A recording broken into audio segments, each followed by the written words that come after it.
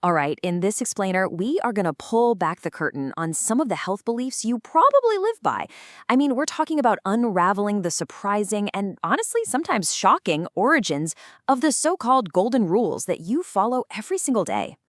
And this quote, wow, it gets right to the heart of what we're unpacking today. Just think about it for a second. What if your most ingrained health habits weren't actually designed for your well-being, but for someone else's profit? It's a pretty wild thought, right? Well, that's exactly where we're going. Okay, so let's get into what I'm calling the health rule trap. You know what I'm talking about, right? It's that cozy little space where we just accept a piece of advice as absolute fact, mostly because we've heard it a million times. We just follow these rules. We never even stop to ask the most important question: who made up this rule to begin with? And that's the absolute stunner here. So many of these foundational facts aren't ancient wisdom, and they're definitely not the product of careful science. As we're about to see, they're often just rooted in really clever marketing, completely misunderstood studies, or, just plain bad science. So where do we start? Let's go with the big one. Maybe the most famous health rule of all time: breakfast. I mean, we've all been told how critically important that first meal of the day is. You know the line, I know the line. Breakfast is the most important meal of the day. Your parents said it, your teachers said it, it's literally everywhere. It feels as solid and real as a law of physics, doesn't it? It's just presented as undisputed, rock-solid science.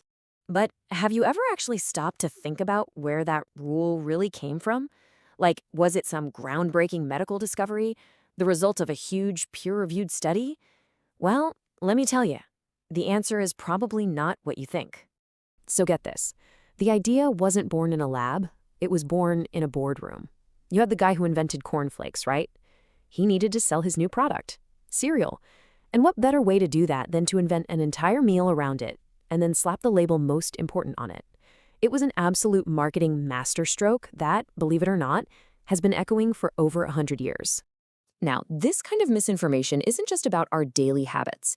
It can get way more serious. It's even infected our understanding of emergency first aid, a situation where common sense can turn out to be the most dangerous advice you could possibly follow.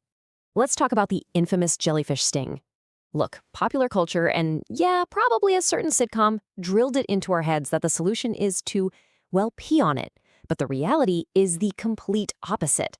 Following that advice doesn't just not help, it actually makes things worse by triggering the stingers to release even more venom. Yikes. Or how about this classic? Put a hat on, you lose most of your body heat through your head. We've all heard that one. Turns out it comes from some really flawed old science. The truth is way simpler. You lose heat proportionally from any part of your body that's exposed to the cold. Your head isn't some kind of special heat-leaking chimney. So here's the thing. These myths go even deeper than just daily habits or bad first aid advice. They can actually shape our most fundamental understanding of our own biology and how we literally perceive the world around us. I mean, ask anyone. How many senses do you have? They'll list them off for you. Sight, hearing, smell, taste, and touch, right? It's what we all learned in kindergarten. It's one of the first facts we're taught about our own bodies, and it just feels complete, final, like that's the end of the story. Except, it's not true. Plain and simple. The idea that we only have 5 senses is, you guessed it, a myth. And this is just a perfect example of how deep these things can run. I mean, science now recognizes so many more senses.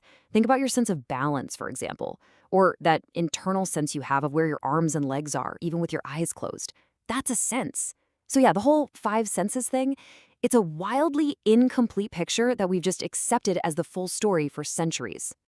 Okay, so we've dismantled breakfast, we've taken a look at some bad first aid, and we've even challenged our own senses. Let's bring this all home. What's the big lesson here? What are you supposed to take away from all of this?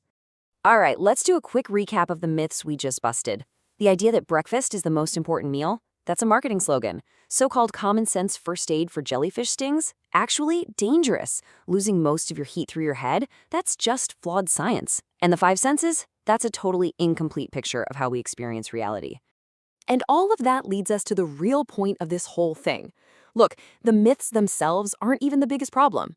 The real trap is our habit of just accepting common knowledge as truth without ever stopping to be critical, without ever asking that one simple, incredibly powerful question, says who?